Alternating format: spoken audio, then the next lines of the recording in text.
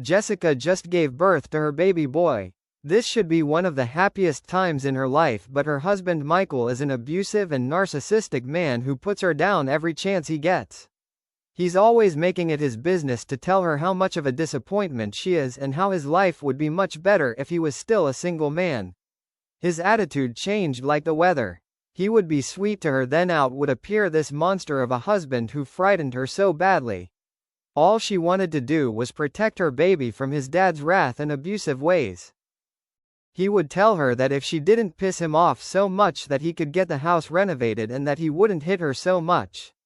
He told her that she was the reason why they were broke and that he lost his job because she decided to get pregnant. Jessica tried her best to ignore the verbal abuse and neglect from her husband. She would put her baby to sleep while her husband drank so the infant cries would not upset him. While her husband drowned in his sorrows and her baby slept peacefully, Jessica would go to the basement and vent to herself about how much she sacrificed to be with her husband. She would remember how successful she was before he asked her father for her hand in marriage and thoughts of all the money she had saved before she said "I do." She would cry to herself and tell herself that she was a stupid woman to fall so hard on her own face. She repeatedly replayed in her mind how sweet Michael used to be when they first met. How he owned his own renovation business and how he was the head of his class in college. As she hears him pacing the floors upstairs, she immediately thinks about the abuse and sexual assault she suffered from her husband while he tells her that it's not rape because she's his wife. It makes her sad because her son Tyrell wasn't conceived out of love, but assault from a husband who believes that a wife is his prop. As baby Tyrell began to wake up, it would make Michael upset. He never rushed to his son to ease his tears or make a bottle of milk to nourish him. He would scream, downstairs to the basement, "You bitch! How worthless are you? Your son is crying and you're downstairs doing what? Texting another man? You are a hoe and will always be a hoe." Jessica would try to defend herself, but she was never strong enough to face her husband. The neighbors would call the police numerous times because of the yelling. You could hear the screams from up the street. Whenever the police came, Michael would tell Jessica to ignore them and to keep quiet. Until one day he let her answer the door for the police. He made sure that she blamed herself for the noise and disruption. She told the police that she was suffering from postpartum depression after having her baby and that she has many manic episodes. "My husband tries his best to help me control my anger," she told them, and they told her to keep it down or Child Protective Services would intervene. She reassured them that she would get some help and they left. As soon as the police bagged out of the driveway, Michael was waiting for Jessica with a closed fist and a nightmarish glare. "What did you tell those pigs, Jess? Why were you out there cracking jokes and flirting with those officers? I knew you were sleeping around on me, you bitch. This is why you stay in trouble with the law. I am the law around here and the law says you're guilty of smiling in another man's face while your husband is down and depressed." He yelled and screamed, hit her and kicked her. He told her that if she screamed out loud and someone called the police again, that she would never see their son again.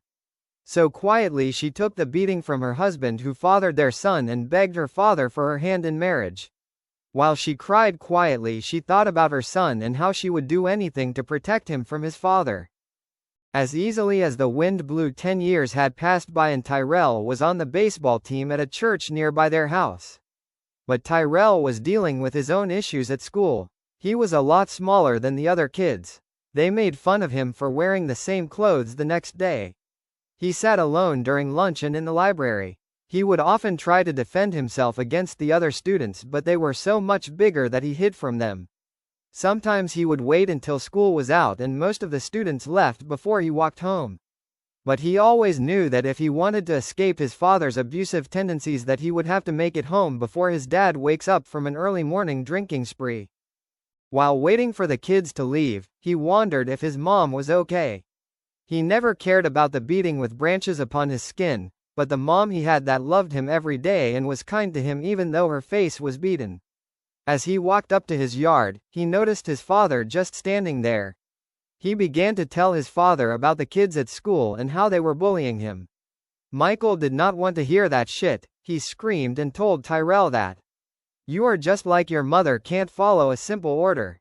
Can't do anything the leader of the pack asks of you. When Tyrell notices that he doesn't have a matter in this conversation, he goes into the house to check on his mother. Opening the door, tripping over alcoholic beverages and empty glass bottles.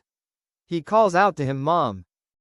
Jessica answers and tells him to come into the bedroom. When he walks into the bedroom, he notices that his mother is crying and her gown looks dingy, as if she's been crawling on the unswept floor, rolling around in the dust. Tyrell, how was school today? Tyrell never told his mother about the bullying at his school. He knew that the bullying at home was far more gruesome than the bullying at school. He always told his mother that he had a great day so she wouldn't have to worry about him and protect herself at the same time.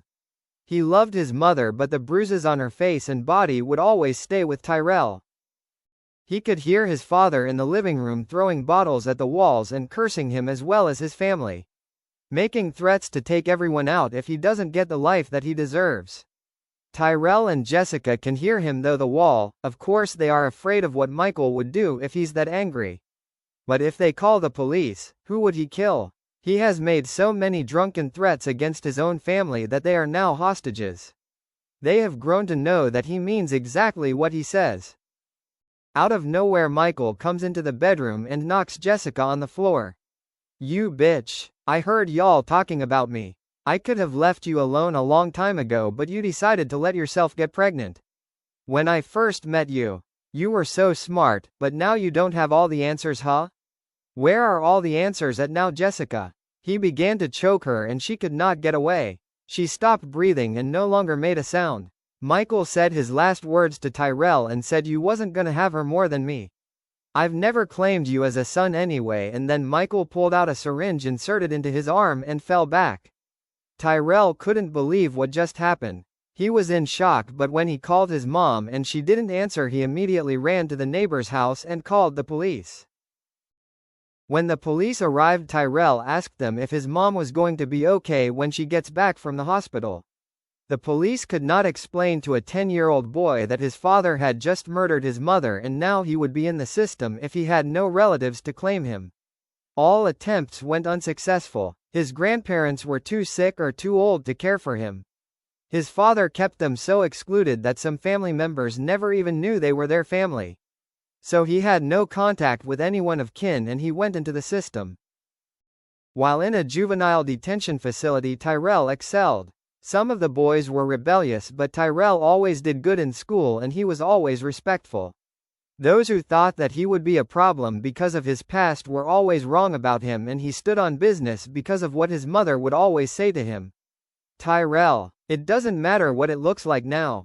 One day you'll be unstoppable and the apple that doesn't fall too far from the tree will be just fruit that nourishes the body." Tyrell wanted to take a chance with this man. He would call him Mr. Pete because his name was Dean Peterson and they called him Mr. Pete when he was a coach back in the day. Mr. Pete became everything Tyrell needed to grow up into a young man. Before he knew it, over 7 years, Tyrell grew to be 6 foot 3 inches tall and he was no longer the little one at his school. He enjoyed going to high school. The teachers loved him and the girls adored him. They would gather up in bathrooms to talk about Tyrell on the junior varsity football team. Tyrell attended a really good high school. Mr. Pete made sure that Tyrell did everything right for himself as a growing young man. Tyrell loved him and he also loved his high school. He loved the teachers and the girls, and he also enjoyed helping the other students with math homework and economics. Finally, he was in a place where he could be exactly who his mother said he would be. He got straight A's and just excelled at anything thrown his way. On the football field, he was unmatched. The crowd would never forget him and the cheers would follow him home to a place where peace is required and respected. He was loved by everyone at school except Brandon. Brandon was another junior varsity athlete who had no favor in his heart whatsoever for Tyrell. He did not like the idea of an African American athlete being named baller of all time, when clearly he felt like he was in the lead. He doesn't agree with everyone praising Tyrell like he's the god of football. Brandon would ask his father, who's a rich paralegal, to do a deep dive into Tyrell's background. Brandon is so used to getting everything he wants, so his father never asks why he wants this information. His father automatically does what his son tells him to do, and he obtains Tyrell's childhood for his son to discover.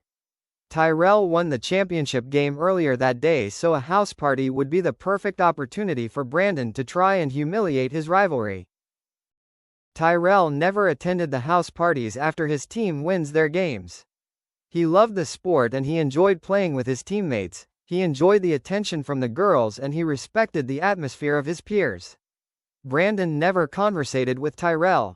He always made sure that he was almost never alone with him or around him to celebrate his accomplishments. Other teammates would try to get Tyrell to come out to the party later that night, but he just wanted to go home, study for his exams and get ahead on his homework. Mr. Pete couldn't wait for Tyrell to get home so he could congratulate him on his win today. He greeted him with a new car and told him that he was proud of him. "Your mother would be so proud of you too, and I'm sure she's smiling down on you from heaven. You have done everything she thought you could and more." Tyrell began to cry as he hugged Mr. Pete. And Mr. Pete told him that he should go to the party tonight and enjoy his victory with his friends. Ty left for the party so excited about his new ride. He was thankful for Mr. Pete and how he took care of him and treated him like a real son. He respected him like a father. Everyone was so happy when he arrived. Most were surprised to see him there because he never came to the parties. They cheered for him and congratulated him on his victory. The team and the students loved him and they were all waiting for him to say a speech. He grabbed a microphone and began to talk about how much he appreciated them. He thanked his teammates and coach for being an amazing team. He let everyone know that he would not have been able to do so well without any of their support. Brandon couldn't stand hearing Tyrell speak. It made him feel left out because no one was asking him to do a speech or say anything important. So he grabbed the mic out of Tyrell's hand and proceeded to command the crowd. He opened with a big smile and a joke about how much Tyrell is always going to be a one-man team. "Honestly, Ty, do you really need the rest of the team? I honestly think you should rename the school and team a name of your own liking." The more Brandon spoke, the more it seemed like he was making insults about the young man. He began laughing at him and asked everyone if they knew the real story behind the man with the golden hands. He asked Tyrell, why didn't he tell everyone who played football with him about how his father murdered his mother when he was little. Then he made a joke about how his new foster father must be a drug dealer because how else could he afford such a nice ride? Before he could say anything else negative about him, Tyrell shouted at him and said, "Ain't nobody coming to see you, Brandon. I keep you as my shadow just for the shade, son." Everyone started laughing and Brandon's attempt at angering Tyrell went unsuccessful. Tyrell changed the subject and kept laughing and talking to his friends. Nothing could stop him from being great, and he would always call the devil a liar for trying to make him repeat a life of misery and destruction. Brandon was so upset that no one paid attention to his ranting. All it did was make the other teens love and respect Tyrell more. They apologized for the behavior of the sour teammate and promised him that if he ever decided to attend another party, Brandon would not be invited. Everyone was so proud of Tyrell's maturity that they admired him even more. Everything said about him bounced back onto Brandon, making him explode with rage and frustration. The girls wanted to take a ride with him in his new car and keep the night going hard. But he was done for the night. He just wanted to go home and get ready for bed. He had enough excitement for the day. And he could feel the tension in the room between him and his teammate. He didn't expect that from someone he played with. He never knew that Brandon didn't like him. But now he's suspicious about even being in the same area as him. Everything began to make sense on how Brandon never hung out with him or even said hello. He just played the game of football and never really spoke to Tyrell. The cat was out of the bag. Tyrell went home, did his homework, studied for his exam, then he went to bed. Tyrell always had the best dreams. It didn't matter to him that his childhood was terrible. He remembered what his mother always said, and that was to be happy. She always knew her son would be great. Tyrell got ready for school the next day and went about his day. When he made it to school, he saw Brandon sitting at the teacher's desk with his feet propped up like royalty. Today Brandon dressed oddly. He was dressed differently than usual. Normally he's wearing his varsity jacket and talking amongst friends, but today he was just sitting there at the desk as if he was waiting for Tyrell to arrive. Tyrell walked up to the desk and said, "Brandon, what? Are you the teacher now?" Brandon got up from the desk and said, "You are beneath me and your kind will always be." Tyrell folded his arms and said, "What kind of? The kind that wins championships?" Before he knew it, Brandon pulled out a rifle, pointing it at Tyrell and screamed, "Watch you chimp out." Tyrell ran towards Brandon trying to take the rifle out of his hands, then a shot rang out. Nothing but dead silence. The student gets shot and the lights go out. Till next time on Playing with Short Stories.